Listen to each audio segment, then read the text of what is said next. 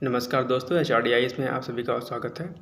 देखिए आप सभी लोग बहुत बार ऐसा होता है कि आप लोग हताश हो जाते हैं, परेशान हो जाते हैं। किससे परेशान हो जाते हैं?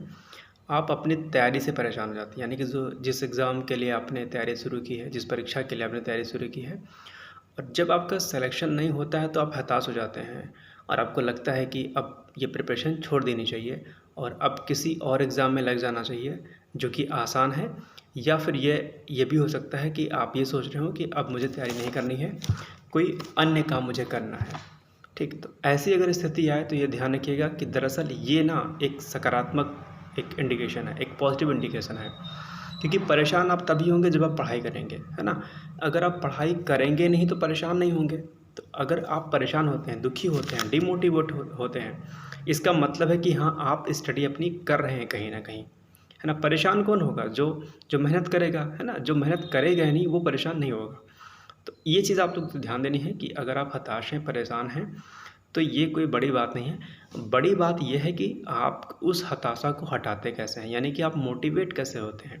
तो उसका एक सिंपल सा तरीका है कि आप सबसे पहले ये सोचें कि अगर आप इस पर्टिकुलर एग्ज़ाम की तैयारी कर रहे हैं, यानी कि सिविल सर्विसेज़ की तैयारी कर रहे हैं या किसी भी अदर एग्ज़ाम की तैयारी कर रहे हैं, तो आपने इस एग्ज़ाम की तैयारी करने के लिए क्या सोचा था?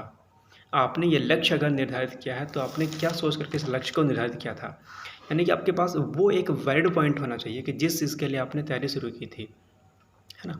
वो वैलिड रीज़न आपके पास होना चाहिए। अगर आप धक्का प्लेट से आए हैं, किसी ने कह दिया था कि आप जाके सिविल सर्विसेज़ की तैयारी कर लीजिए, एसएससी की तैयारी कर लीजिए। अगर आप धक्का प्लेट से आए हैं, है ना? पुश करके आए हैं, तो आप एग्ज़ाम नहीं क्वालीफ़ाई कर सकते, ध्यान रखिएगा इस बात का। लेकिन अगर आपके सपने वो खुद के हैं, अगर आपने सपना वो खुद से बुना है, अगर आपको लगता है कि आप अपने एग्ज़ाम को क्रैक करके अपने माता-पिता को खुशी दे सकते हैं, ठीक है? उनके जो कष्ट हैं, जो जो संघर्षों से जो आपको पढ़ा रहे हैं, जो उनके संघर्ष हैं, उन संघर्षों में आप भागीदार बनना चाहते हैं और उनके उस कष्ट को दूर करना चाहते हैं, तो आप उस बात को याद करिए कि एक-एक पैसा, एक-एक रुपया जो आपके अकाउंट में डालते हैं आपके पेरेंट्स, वो क्यों डालते हैं, ठीक है?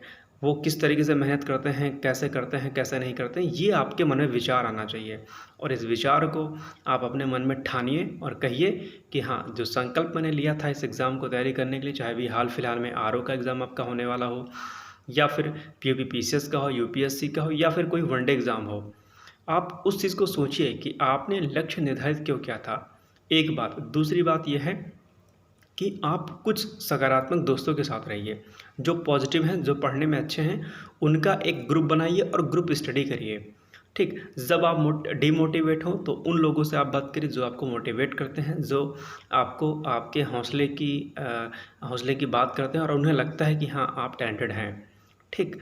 दुनिया आप पर विश्वास करे या ना करे, आप छोड़ दीजिए, है ना? क्योंकि बहुत सारे लोग होते हैं जो कॉम्पिटिटिव एग्ज़ामिनेशन की तैयारी करने तो आते हैं, लेकिन अपना नहीं करते हैं, वो खुद आपको डिमोटिवेट कर देंगे कि यार मैं भी लगा था, मेरा तो प्रीलिम्स कितनी बार निकला है और अब एग्ज़ाम नहीं हो रहा है, अब नहीं कर पाएँगे, आप भी मत करो, छोड़ दो, कोई और काम करते हैं। नहीं, आपको ऐसे लोगों से दूर रहना है, क्योंकि एक बात ध्यान रखिएगा कि मेहनत का कोई तोड़ नहीं है। अगर आपने मेहनत की है तो सफलता निश्चित तौर पर मिलेगी। हाँ, ये एक बात हो सकती है कि थोड़ा लेट मिले। तो एक लाइन मैंने कहीं पढ़ी थी, मैं आपको बताना चाहता हूँ कि एक पंक्ति बड़ी सुंदर सी लिखी हुई थी कि सफलता वाली जो सीढ़ी है, सीढ़ी मतलब स्टेयर्स जिसको बोलते हैं, कि सफलता वाली सीढ़ी थोड़ी-सी संकरी है। संकरी मतलब कंजेस्टेड है थोड़ा-सा। तो सफलता वाली सीढ़ी थोड़ी-सी संकरी है, सभी लोग एक साथ नहीं चढ़ सकते हैं। कृपया अपनी बारी आने तक का वेट करें या इंतज़ार करें। यानी कि एक सीढ़ी बनी हुई है एक लंबी सी और सक्सेस होने के लिए सभी लोग चढ़ रहे हैं, है ना? लेकिन चूँकि सीढ़ी क्या है, पतली है, संकरी है, तो ज़ाहिर-सी बात है कि लिमिटेड लोग ही ऊपर जा सकते हैं ना, ऊपर वो क्या कहते हैं, छत पे पहुँचने के लिए, ऊपर जो भी मंजिल है आपकी। तो अभी अगर आप सफल नहीं हुए तो ये मान के चलिए कि जो सफलता वाली जो सीढ़ी है, यानी कि जो रास्ता है, वो थोड़ा संकरा है। सभी लोग एक साथ नहीं जा सकते हैं। आपकी शायद बारी लेट में आ रही हो, आप शायद बैक पे हों, है ना? यानी कि आपका नंबर शायद पीछे से आता हो। तो आप ये चीज़ मान के सोच के चलिए और सबसे बड़ी बात है कि आप अपने साथ ईश्वर पे ज़रूर विश्वास रखें, है ना। स्वयं पर विश्वास रखना बहुत ज़रूरी है। अगर आपने स्वयं पर विश्वास नहीं रखा, अगर आपके मन में खुद में द्वंद्व है ना कि यार मैंने तो एग्ज़ाम दिया था और इतने सारे बच्चे बैठ रहे हैं, अब कैसे होगा एग्ज़ाम। जैसे कि अभी आरओ का एग्ज़ाम होने वाला है और अब चूँकि आरओ का एग्ज़ाम इस बार बहुत सारे बच्चे दे रहे हैं, तो आपके मन में ख़्याल आ सकता है कि यार 7-8 लाख फॉर्म फिल होंगे और मैं कैसे निकाल पाऊँगी या निकाल पाऊँगा। तो ध्यान रखिएगा कि ये जो मन में जो आपके द्वंद्व जो आ रहा है यार कि मैं कैसे कर पाऊँगा, इसको निकाल दीजिए।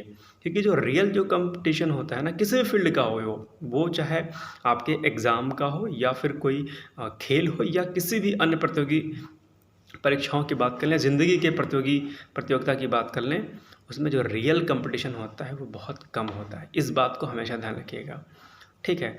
अब भीड़ को देखकर अगर आप चलेंगे तो हमेशा परेशान रहेंगे। भीड़ को देख के आपको नहीं चलना है। भीड़ को देख कर के आपको परेशान नहीं होना है, आपको हताश नहीं होना है। आपको बस निरंतर और निरंतर लगे रहना है, एक बात। दूसरी बात है, आप जब सुबह उठें तो थोड़ा-सा आप योग और प्राणायाम को ध्यान में रखें, है ना, यानी कि उसको करें। योग प्राणायाम से क्या होता है कि आपकी जो एनर्जी होती है वो बूस्ट होती है और जो आपका ब्लड सर्कुलेशन है वो अच्छा होता है, रिस्पिरेशन जो आपका होता है वो भी अच्छा होता है और आपके लंग्स वगैरह बहुत अच्छे से काम करते हैं, माइंड आपका रिफ्रेश होता है।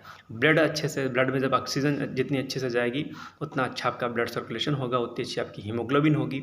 ये एक साइंटिफिक रीज़न है, ठीक है। और स्पिरिचुअल रीज़न ये है कि आपको एक जो मंत्र के उच्चारण से अगर आप गायत्री मंत्र का जाप करते हैं या किसी अन्य मंत्र का जाप करते हैं या किसी भी धर्म संप्रदाय के हैं आप अपने धर्म के बारे में अगर आप 2 शब्द उनके जो भी अच्छे श्लोक वगैरह हैं, अगर आप उनको ध्यान में लाते हैं और ईश्वर पर विश्वास रखते हैं कि मुझे एग्ज़ाम क्रैक करना है, उससे आपको बहुत शक्ति मिलती है, ठीक है। तो नकारात्मक नहीं रहें, सकारात्मक रहें, डेली स्टडी करें। भले ही आप 3 घंटे का क्या कहते हैं आप पढ़ाई करें, लेकिन कंसिस्टेंसी इम्पॉर्टेंट है, यानी कि रेगुलरिटी बहुत इम्पॉर्टेंट है ना। ऐसा ना हो कि क्या कहते हैं आप 8 घंटे का शेड्यूल बनाएं कि मैं तो 8 घंटे पढ़ूंगा और 8 घंटे में से आप 8 मिनट भी ना पढ़ पाएँ। ये आपको नहीं करना है, आपको रेगुलर स्टडी करनी है। डेली मॉर्निंग में आपको योग और प्राणायाम करना है। कोशिश ये करें कि सुबह उठें, अगर उठ पाते हैं तो, अगर नहीं उठ पाते हैं तो कोई इशू नहीं है। कोशिश ये करनी चाहिए कि सुबह उठ जाना चाहिए। सुबह उठने से क्या होता है कि आपकी जो एनर्जी है वो रिफ़्रेश हो जाती है, आप बूस्ट हो जाते हैं और आपकी बॉडी अच्छे से काम करती है। सुबह जब उठेंगे तो दिन पूरा आपके पास रहेगा, ये चीज़ ध्यान रखिएगा। लेट में उठेंगे तो दिन पूरा का आधा दिन तो आपका निकल जाएगा। 9 बजे उठेंगे, 10 बजे उठेंगे तो दिन तो निकल गया आपका। तो ये काम आपको नहीं करना है, ठीक। तो योग और प्राणायाम करिए, सुबह उठिए, अपने साथ, अपने स्वजनों और अपने ईश्वर पर विश्वास रखिए और सबसे बड़ी बात है धैर्य धारण करिए, ठीक। तो कंटिन्यूटी यानी कि कंसिस्टेंसी यानी कि रेगुलरिटी यानी कि निरंतर आपको पढ़ाई करनी है, एक बात। दूसरी बात, अपने ऊपर सकारात्मक विश्वास रखिए कि मुझे हाँ ये मैं कर सकता हूँ और अपने उस पिता के चेहरे को याद करिए, है ना, कि किस तरीके से वो आपको पढ़ा रहा होगा। पैसे अकाउंट में आते होंगे, नहीं आते होंगे।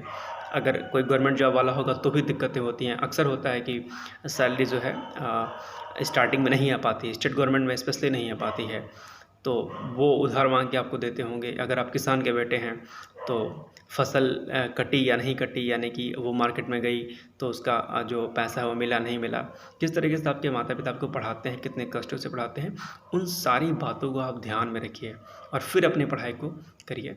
तो जब वीडियो ज़्यादा लंबा हो जाएगा, ज़्यादा बातें आपको मैं नहीं बताऊँगा। बस मैं आपसे इतना कहता हूँ कि धैर्य धारण करिए और लगातार पढ़ाई करिए।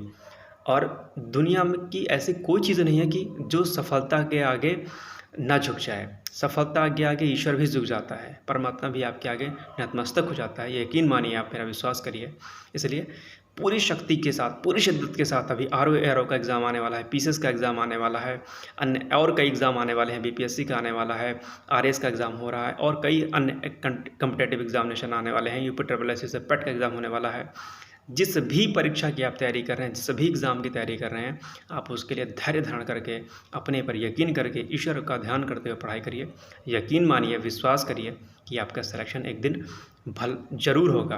भले ही थोड़ा लेट हो जाए, ठीक है, लेकिन होगा सिलेक्शन ज़रूर। एक लाइन है ना कि भगवान के घर देर है लेकिन अंधेर नहीं है, तो उसके यहाँ प्रकाश है और वो सब कुछ देख रहा है, आपकी मेहनत को देख रहा है, आपके जुनून को देख रहा है, तो निश्चित तौर पर आप सफल होंगे।